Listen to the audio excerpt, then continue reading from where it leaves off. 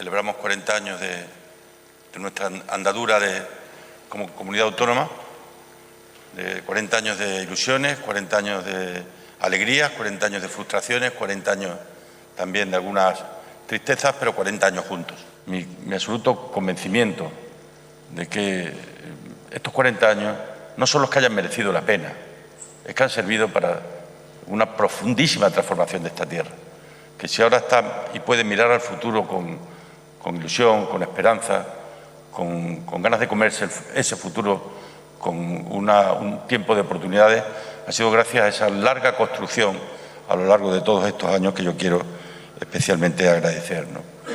La masiva llegada de las mujeres a todos los lugares de responsabilidad, en el ámbito público, en el ámbito privado, ha transformado también la realidad de esta tierra, ha permitido mejorar sensiblemente su Producto Interior Bruto y ha permitido crear miles de empleos para los extremeños.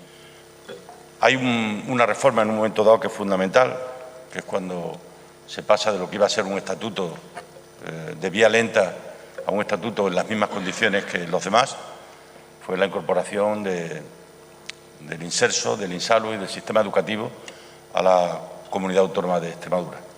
Al final de los años 90, a lo largo de los años 90 pasa a la Universidad de Extremadura a ser una institución autonómica, posteriormente el Inserso, posteriormente la educación y en el año 2002 la sanidad.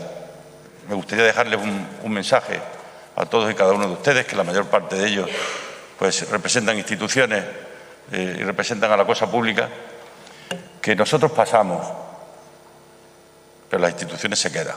Eso ha sido estos 40 años de autonomía, intentar remar todos en la misma dirección. Felicidades, querida Extremadura, felicidades, querido Estatuto de Autonomía. Digan conmigo, ¡viva Extremadura! ¡Viva!